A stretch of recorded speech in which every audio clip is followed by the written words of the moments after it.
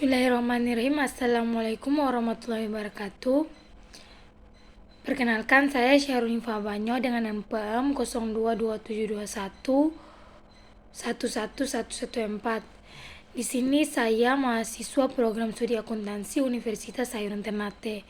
Di sini saya akan mempresentasikan materi mata kuliah akuntansi keperilakuan yang materinya mengenai aspek keperilakuan dan pengakumulasian pengendalian biaya.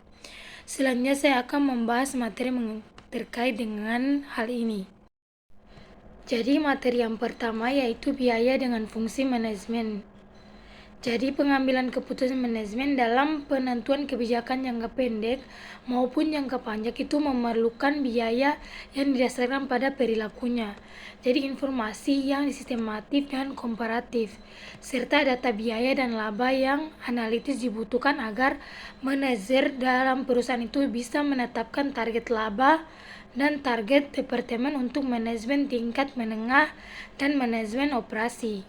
Jadi dengan mengevaluasi aktivitas rencana manajemen tingkat menengah ini butuh mengidentifikasi dan menentukan strategi serta memutuskan perlunya penyesuaian dan perbaikan dalam organisasi atau perusahaan tersebut. Kemudian biaya ini dibagi menjadi dua. Yang pertama yaitu biaya manufaktur. Jadi biaya manufaktur ini merupakan seluruh biaya yang berhubungan dengan aktivitas di pabrikasi perusahaan. Kemudian biaya manufaktur ini dikelompokkan lagi ke dalam tiga kategori, yakni bahan baku langsung, tenaga kerja langsung, dan biaya overhead pabrik. Kemudian yang kedua yaitu biaya non-manufaktur. Jadi biaya non-manufaktur ini juga seringkali disebut dengan biaya operasi. Biaya non-manufaktur ini dikelompokkan lagi menjadi biaya penjualan serta biaya administrasi dan umum. Yang selanjutnya, materi selanjutnya itu perilaku biaya. Jadi perilaku biaya ini berdasarkan hubungan dengan perubahan volume kegiatan di perusahaan tersebut. Jadi ada digolongkan beberapa perilaku biaya, di antaranya itu biaya tetap atau fixed cost, yang kedua yaitu biaya variabel atau variable cost, dan yang ketiga yaitu biaya semi variabel atau semi variabel. Jadi itu tiga golongan pada perilaku biaya. Jadi biaya tetap ini biaya-biaya yang pada limit tertentu atau kapasitas tertentu. Totalnya itu tetap meskipun volume kegiatan itu perusahaan itu bisa berubah-ubah. Kemudian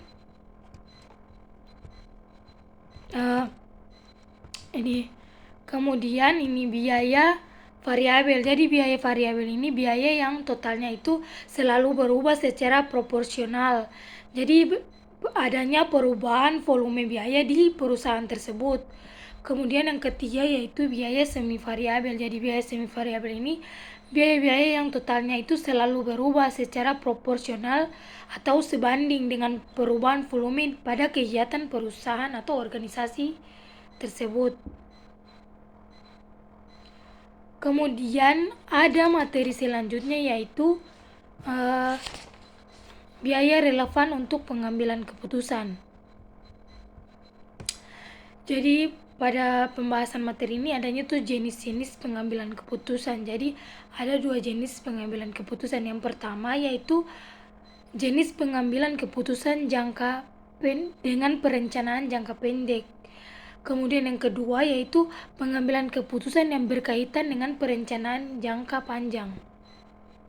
Kemudian ada juga pengertian dan konsep biaya relevan.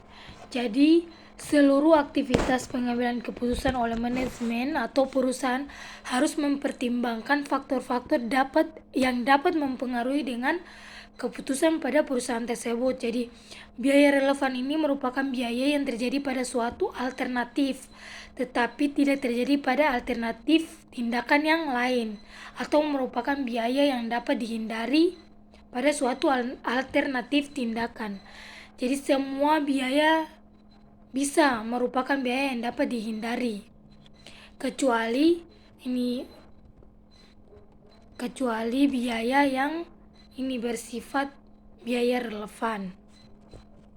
Kemudian ada juga yang ketiga, yaitu penggunaan biaya relevan untuk tujuan pengambilan keputusan jangka pendek. Jadi ada beberapa masalah yang butuh penyelesaiannya menggunakan konsep biaya relevan untuk pengambilan keputusan jangka pendek.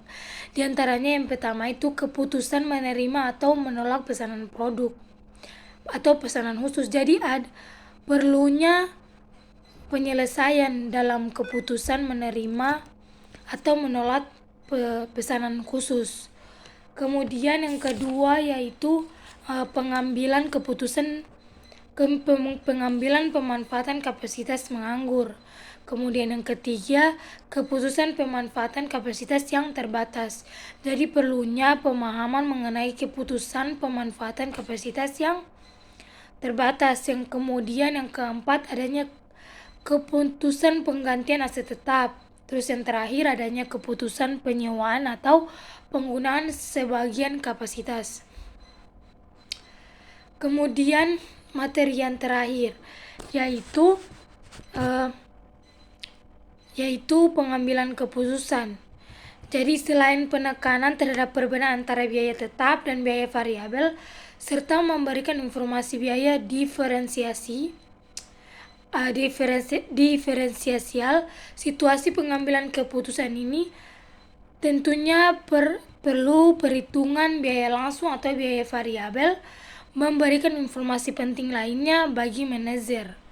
Kemudian ada beberapa situasi pengambilan keputusan yang umum dijelaskan, yang umum akan saya jelaskan sebagai berikut ini.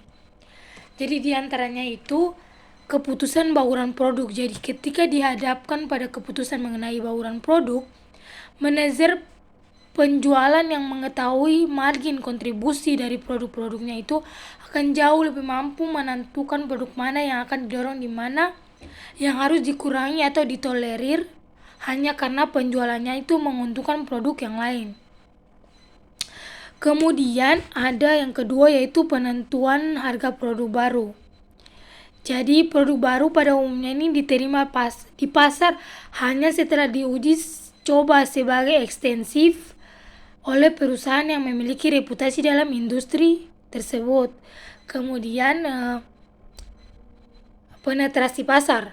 Manajer dapat menggunakan biaya variabel sebagai dasar untuk menentukan harga ketika mereka bermaksud untuk memasuki pasar baru. Kemudian yang keempat, penghapusan produk. Jadi margin kontribusi ini akan membantu manajemen dalam menentukan apakah akan menghentikan suatu produk hanya berhenti menjualnya di pasar tertentu atau yang lain. Kemudian adanya pesanan khusus, itu yang kelima.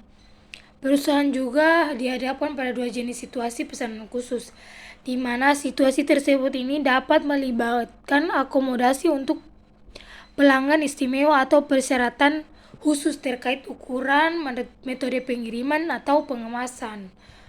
Kemudian yang keenam, adanya kampanye iklan dan promosi. Untuk meningkatkan volume penjualan saat ini, perusahaan dapat meluncurkan kampanye iklan atau promosi yang lain terkait dengan produk-produk pada perusahaan itu yang ingin dipasarkan. Kemudian keputusan mengurangi biaya. Jadi jika harga jual suatu perusahaan itu ditetapkan oleh pesaing, maka manajemen akan mengetahui seberapa besar biaya variabel yang diizinkan pada volume operasi saat ini jika tujuan mencapai tingkat laba tertentu yang harus dicapai. Mungkin itu pembahasan materi mengenai aspek keperilakuan pada pengakumulasian dan pengendalian biaya.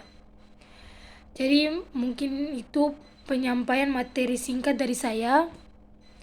Lebih dan kurangnya saya mohon maaf. Sekian, wassalamualaikum warahmatullahi wabarakatuh.